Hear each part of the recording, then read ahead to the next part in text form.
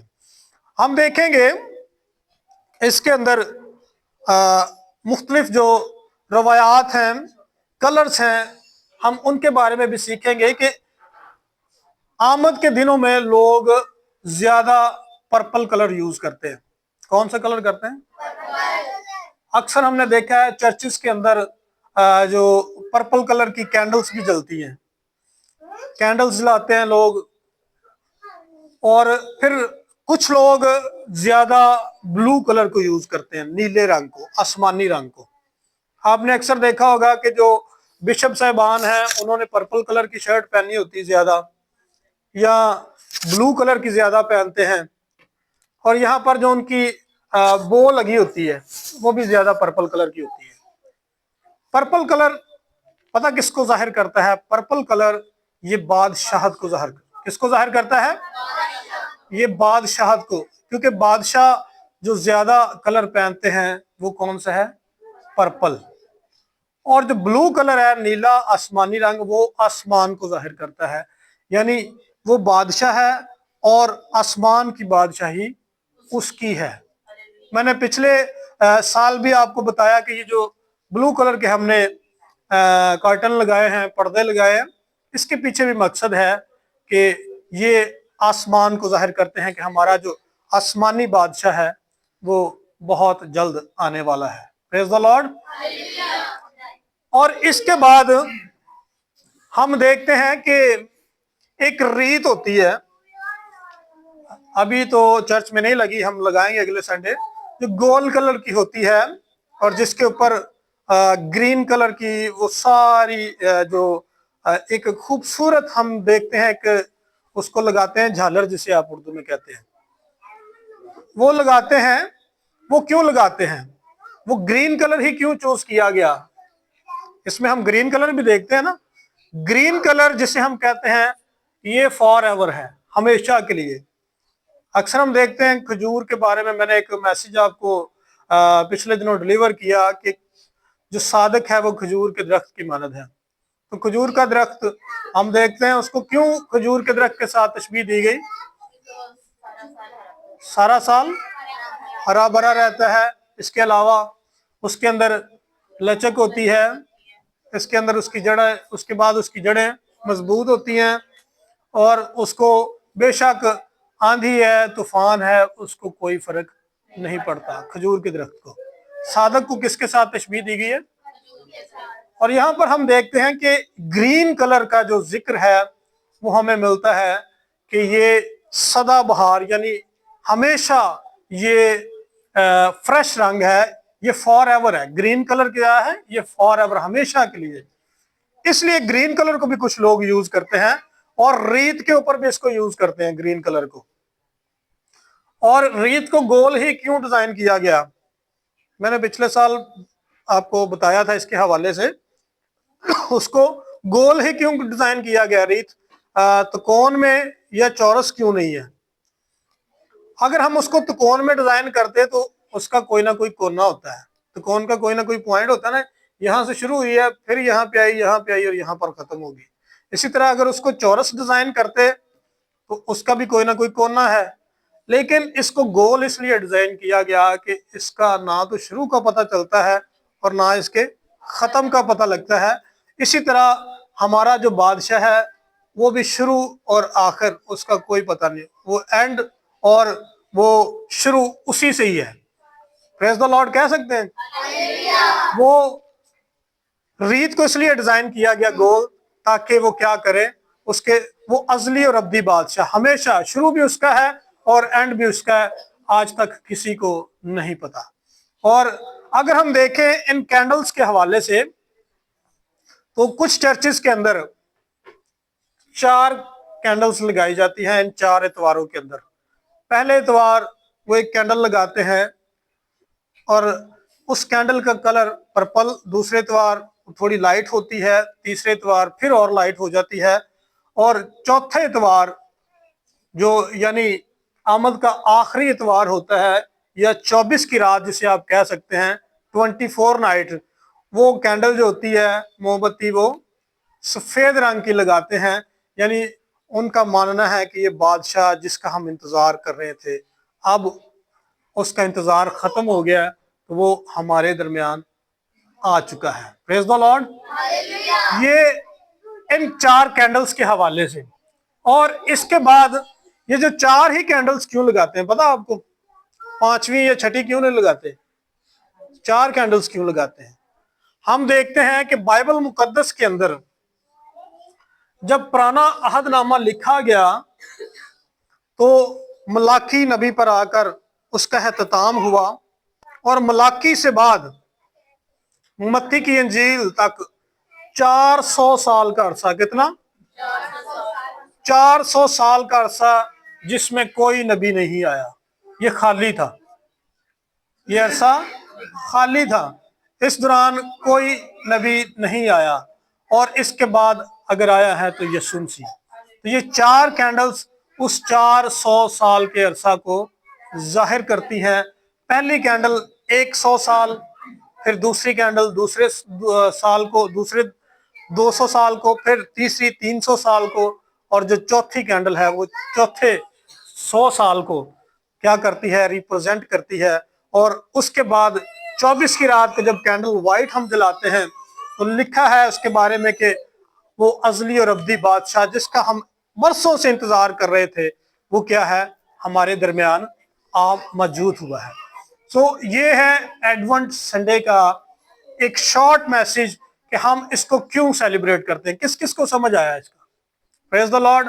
اگر ہم دیکھیں کہ آمد کا جو اتوار ہے اس کے اندر بڑی خاص باتیں ہم نے سیکھی ہیں کہ یہ کیوں آتا ہے، اس میں ہمیں کرنا کیا ہے، اس کے کلرز کیا ہیں، اور اس کی روایات کیا ہے.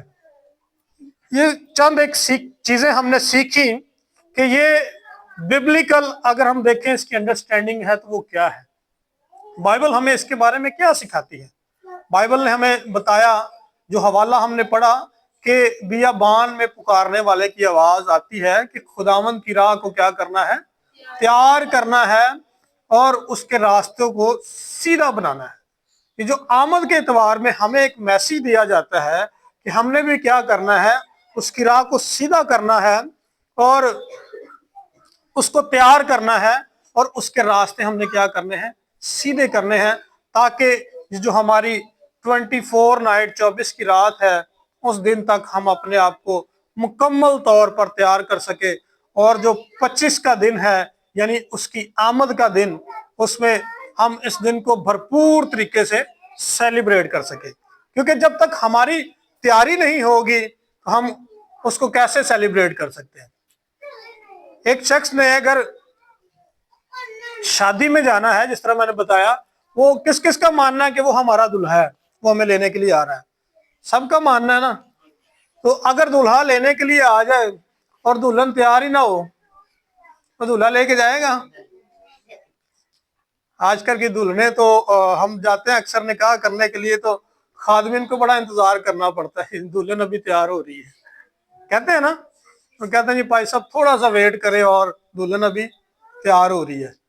تو اسی طرح ہمیں بھی تیار ہونا ہے تاکہ ہم اپنے جو دلہا ہے اس کے ساتھ ہم جب وہ آئے تو اس دلہے کو انتظار نہ کرنا پڑے، ہم اس کے آنے سے پہلے ہی تیار بیٹھے ہیں. کیونکہ یہ دنیا داری کا جو دلہا ہے یا دنیا داری کی دلہن ہے، شاید اس میں ہم تھوڑی بہت دیر کر سکتے ہیں، لیکن کلام میں لکھا ہے کہ اس کا آنا چور کی مانند ہے. وہ آئے گا اور اپنی دلہن کو ساتھ لے کر جائے گا. میرے عزیزو، ہم نے کیا کرنا ہے؟ ہم نے تیاری کرنی ہے تاکہ ہم جب وہ آئے تو ہوا میں اڑ کر اس کا استقبال کر سکیں اور اس دلہے کو انتظار نہ کرنا پڑے. جو ہی وہ آئے ہم آگے بالکل ریڈی بیٹھے ہوں، اور جب ہم ریڈی ہوں گے تب ہی اس کے ساتھ جائیں گے، کیونکہ جو رہ گیا سو پھر رہ گیا. ابھی آپ کے پاس وقت ہے کہ ہم نے کیا کرنا ہے؟ اپنے آپ کو تیار کرنا ہے. کیسے؟ گھروں کو پینٹ کروا کے، ہاں جی، اور نئے کپڑے سلوا کے. کیسے تیار ہونا ہے؟ جو میں نے بتایا کہ ہم نے کلام کے جتنے حوالہ جات ہیں، جہاں جہاں اس کی پیدائش کا ذکر ہے، وہ اس کو پڑھ کے ہم نے کیا کرنا ہے؟ یہ سیکھنا ہے کہ خدا ہمیں کیا سکھاتا ہے، ہم نے اس کی کلام کے مطابق جو ببلیکل انڈرسٹینڈنگ ہے اس کو ہم نے سیکھنا ہے۔ دوسرا ہم نے دیکھا کہ ہم نے تھیالوجیکل جو تیاری ہے کہ یسوع مسیح کے بارے میں ہم نے سیکھنا ہے کہ وہ اس دنیا میں کیوں آیا، اس کا کیا مقصد تھا۔ وہ بتا سکتا ہے یسوع مسیح دنیا میں کیوں آیا؟ تاکہ ہم نجات پائیں، نجات کے لیے وہ آیا، اس کو سمجھ سکے، نجات کے پیغام کو سمجھ سکے۔ اور تیسرا ہم نے جسمانی اور روحانی تیاری دونوں کو کرنا ہے۔ خداوند آج کے کلام کے وسیلہ سے آپ سب کو برکت دے، آمین۔